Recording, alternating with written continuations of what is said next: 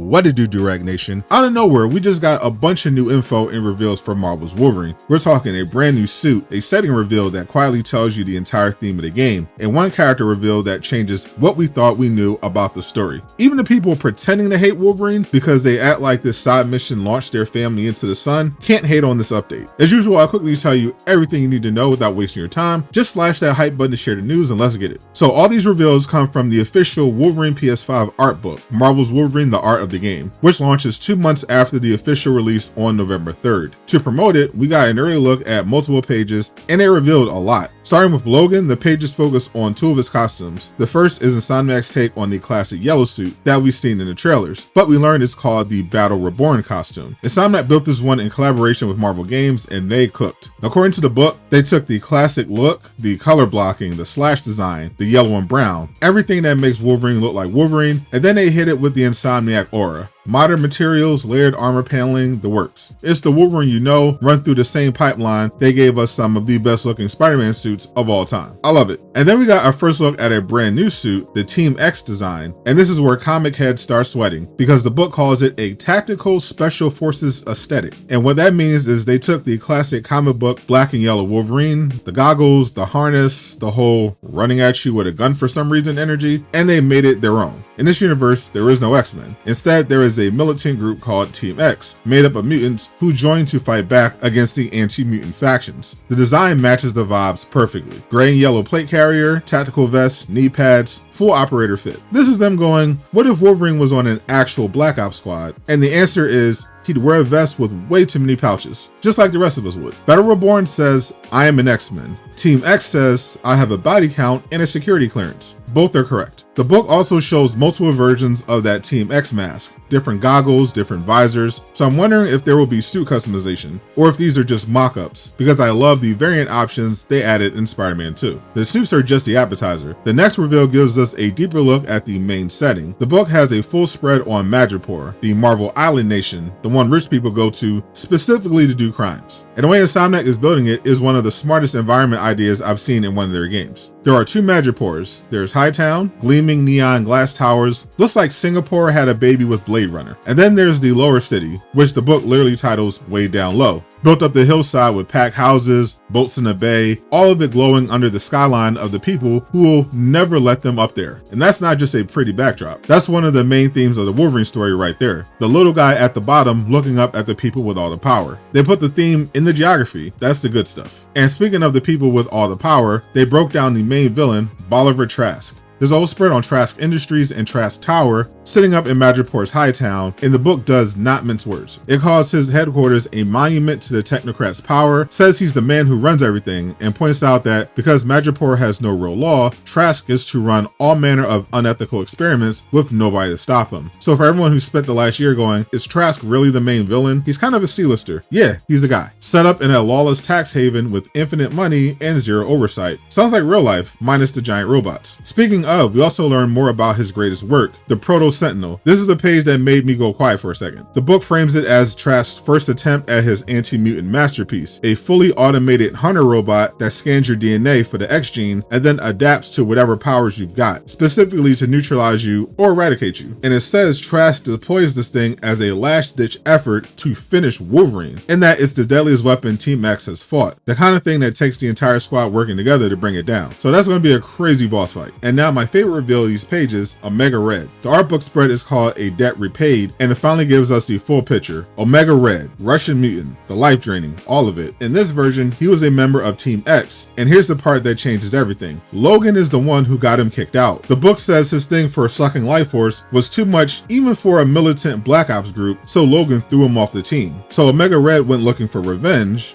joined the Reavers, and got himself cybernetically enhanced to come settle the score. So when the chapter is called A Debt Repaid, that debt is Logan. This isn't a random boss. This is a rival Logan personally created, coming back with tubes in his arms specifically to ruin Logan's week. And that's the thread running through this whole book. Every villain on these pages traces back to something Logan did or somebody Logan left behind. I thought Team X was going to be the emotional engine of this entire game, and the art book just put it in the writing. But that's not the only reveal you should be excited about. A new Marvel game was just revealed that is being compared to the classic Marvel Ultimate Alliance and the open world action RPG Genshin Impact. Plus there are are a bunch of other superhero game updates you may have missed. Click the video on screen to learn more. And a huge shout out to everyone supporting me on Patreon. Join for free so you never miss an update.